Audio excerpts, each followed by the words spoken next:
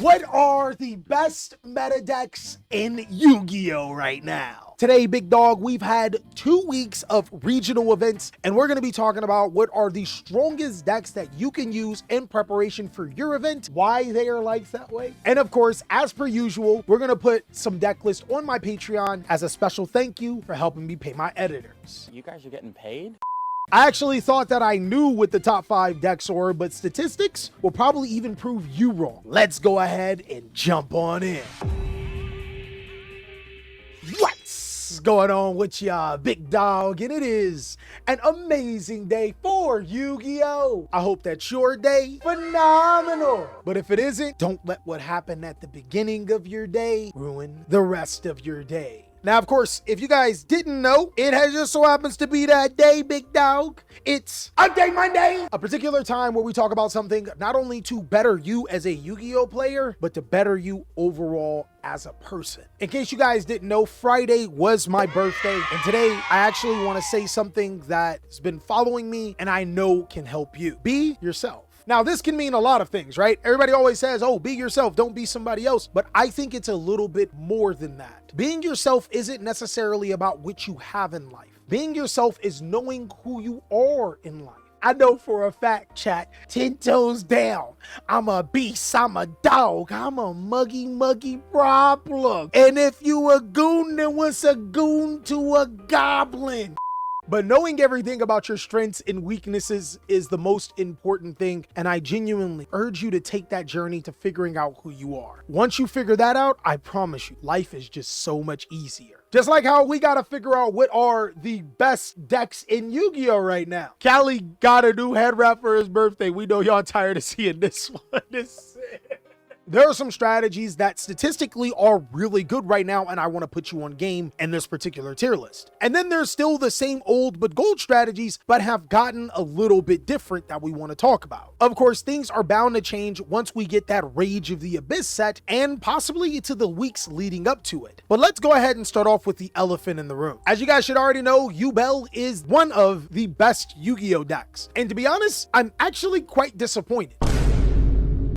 I thought after the ban list that Yubel would be undisputably the best deck in the game, like how Snake Eyes was the best deck in the game. I'm talking about pure meta, crushing stuff, destroying everything in its way, and unfortunately, that's not what it's been about. And I think the reason for this disappointment isn't necessarily the ban list, it's strictly because Yubel is ironically a balanced Yu-Gi-Oh deck. The strength of Yubel is being able to put a ton of negations on the field and being almost immune to hand traps. But the trade-off for this particular deck is that it's very weak to back row removal, and it's not really hard to finesse around once you know how to play against the deck. King Tiger puts Yubel in check at all times. Oh no. Also, the counter cards that can be used against Yubel are really good against them. Like how Ultron said King Tiger Wangu puts the deck in its place. It genuinely does. They literally have no outs unless they draw like infinite impermanence or something, which means that if you can protect King Tiger Wangu, you're on the way to clapping their cheeks. Out of the last 2 weeks, Yubel does have the most tops though it doesn't have the most wins, which kind of indicates to me that Yubel won't be the best deck for long, especially considering its expense. But there is a strategy that I thought is really good, or was rogue, and now is probably one of the most represented. Memento? It's not Memento. It actually is Ritual Beast. Chat did kind of get it right. Ritual Beast has a couple of tournament wins and way more tops than I think we give it credit. Genuinely, if you guys go to YugiOhPro.com, you will see Ritual Beast topping and winning almost seemingly everywhere. I know a lot of people say that Yubel isn't necessarily search heavy, meaning that cards like Droll and Lockbird aren't that strong, but Thunder Dragon Colossus prevents the first search, which is really, really good. But even if that game plan doesn't go through, there's always Archnemesis Protos, just like how Chad is saying. Call Dark, you win the game. Ritual Beast is really good, hard to play on time though, and that was always one of my biggest problems with Ritual Beast, is that the deck is incredibly hard to play. But it just seems like we're just dumb at the game, and more players are becoming adept to being able to play this deck fairly efficiently. Parulia fodder? Oh no. While we're there, let's also talk about Molchumi Parulia. I think Molchumi Parulia is bad. I genuinely do, guys. And I'm going to talk about it a little later, but I think you guys should be selling Molchumi Parulia before it plummets in price. But Molchumi Parulia seems to be effective against this deck and maybe this deck only. All of the other really smart players have a combo line that they can go through where you're just drawing one card off of Charmy. And let's be real, if you're playing a side deck card, you want it to be impactful, right? You want the card to actually do something to where you can either get to the cards that you need to win the game or win the game. And how players have been just finessing this card is kind of crazy. Even my friend who mains Ritual Beast avoids playing them in real life for now because of time. It makes sense. But yeah, Ritual Beast could be a really powerful Yu-Gi-Oh deck. And yes, Ultron, it is a shifter deck too, and probably one of the strongest shifter decks in Yu-Gi-Oh right now. Kind of. Because there is another shifter Yu-Gi-Oh deck that I didn't think was really good either. I'm not gonna lie, guys, I don't think it'll stay for long, but Kashtira is a really good deck. Like seriously, I'm looking at the stats right now. There's like a Kashtira top in almost every tournament. Bro, what is going on? Ducky, can you put a picture of Kashtira Unicorn right here? Kashtira did indeed get a lot cheaper with the Megatons, and that may be the reason why people are playing them so much. I thought that deck got worse because of Pot of Prosperity being limited, especially seeing that the deck was already inconsistent, but it seems to be just play more Kashtira names. I love how the deck plays around Nibiru, it plays around Shifter, it's pretty good against Ash, Imperm, and Effect Veiler. The deck is just a solid Yu-Gi-Oh deck, and while I don't think it'll be here for a very long time, I think it's a very balanced, powerful, strong strategy that if you don't prepare for, it can definitely take some names. So yeah, already two strategies that are in my top 5 that I never would have thought would be there, right? And it's crazy how as the format develops, you get to see statistics, and I can even admit these faults and then move on with the next tier list, because you know one of those are coming, right? Maybe not for the TCG just yet. I think it's time to start focusing on Rage of the Abyss because the format is so small, but this is really exciting to be in a format where there are so many decks that can compete. Come on, Callie, let's talk about Runic now. Bro, ironically,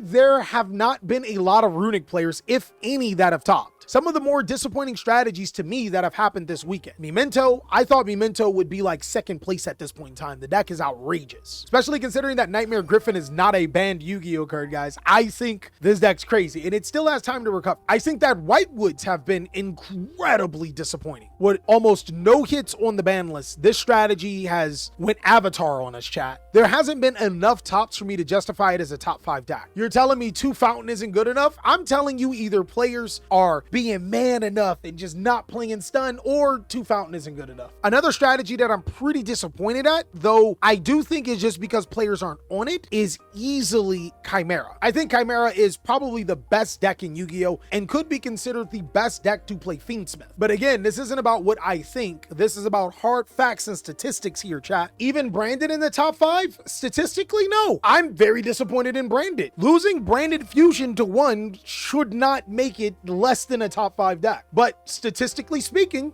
no. I want you guys to let me know down below in the comment section, what are some decks that you think are top 5 meta that are either just underrated right now or just have been disappointing? Because moving on to the last 2 strategies, I think that Tenpai Dragon has earned its place. Not only does it have a decent amount of tops, it also has first place in Philadelphia. And I like to consider the bigger cities, getting a top inside of those type of cities is huge. Philadelphia, some of the toughest players go there, like my man Earl. Y'all know my boy Earl, but Earl's him. So for Tenpai Dragon to be able to do as well as it did over strategies like Yubel and some of the other strategies I'm talking about, I think that gives it a lot more merit. And it's even better now that Tenpai Dragon got Trident Dragon reprinted, making it a lot more accessible. I mean, Tenpai Dragon has always been pretty cheap, but now it's ridiculous levels of budget. It's really hard to find a strategy that's as cheap as Tenpai and as good as Tenpai for what it is. No, but in all seriousness, to get a top in Philadelphia, I'm gonna weight it a little bit higher than to get a top in Nova Scotia or something. And it's mainly because we know that the competition is a little bit tougher. No disrespect to the people that topped in Nova Scotia or whatever, but Tenpai Dragon doing that and following up with tops on its own is pretty strong. The deck is really good, and I don't think that there's many changes that you need to make from last format, though I do have a video that shows you some really cool combos you could be doing with the deck.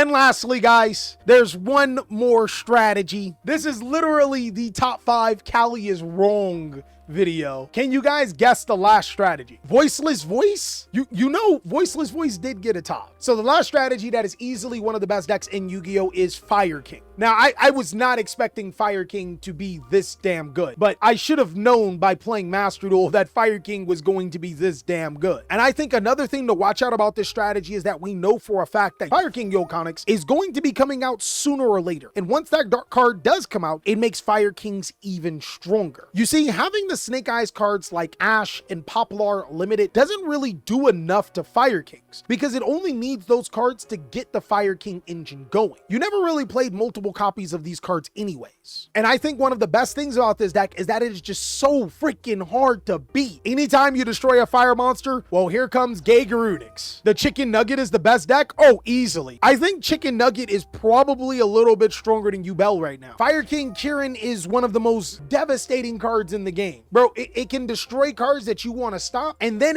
when it's destroyed itself, it destroys more cards. This deck is easily one of my favorite decks in the game right now because Fire King monsters are just so cool. So it's okay to like Snake Eyes if it's Snake Eyes Fire King, and the deck is also decently cheap. Now, again, I think that completely changes when we have Rage of the Abyss, but that's for a Rage of the Abyss talk. Me and Top Deck TJ are going to be testing, as well as some of the best players in the world, to figure out what is the best strategies in Yu-Gi-Oh post Rage of the Abyss, and I'll get you those as soon as possible. But until then, make sure that you check out these other videos, drink water, hug your family, and of course, catch me as I'll catch you on the next one.